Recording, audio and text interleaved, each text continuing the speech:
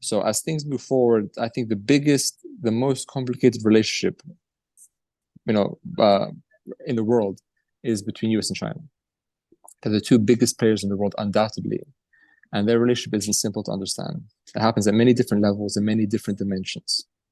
So when you look at towards the issues to do with Taiwan, I think realistically Taiwan is only really important because of its semiconductor capabilities.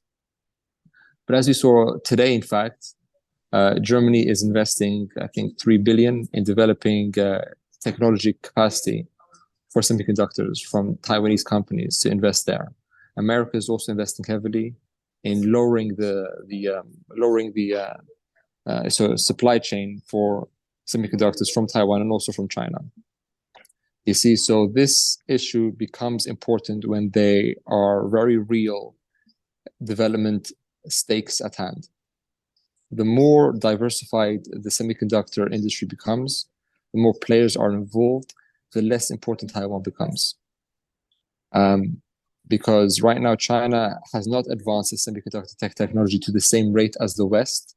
And I think the main benefit for them, for Taiwan, is first of all ideological, because they believe in a one China, two systems policy and idea.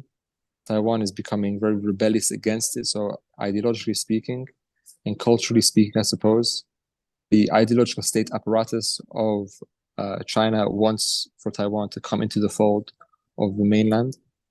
Also, in terms of their technological abilities, if they manage to get their hands on IP, if they manage to sort of understand the innovation that Taiwan has, it could contribute to its own industry, albeit it will take a long time, because I think developing semiconductors is the most complex, Anthony, the most complex innovation we have created as human beings by far. Nothing comes close to the ingenuity and the extra precision of creating these chips, which has benefited us so much across time.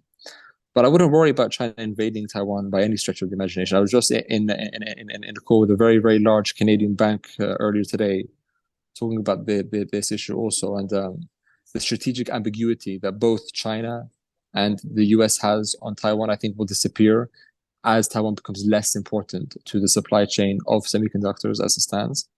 But that's my thoughts, high level, between US and China. It's a very complex relationship, very historical relationship.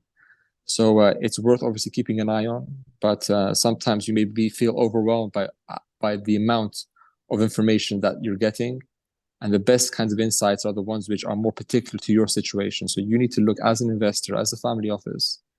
What is your situation? What assets have you got? Where are they? What is your long-term investment strategy? But I stress long-term, not quarter by quarter, but year by year.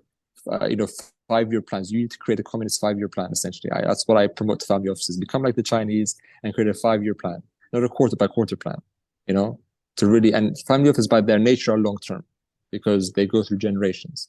So keep that in mind as an investor and always think long-term by understanding the fundamentals of why is the world changing, not only how it's changing, but why it's changing. That's what we do day in, day out at Pareto Economics anyway.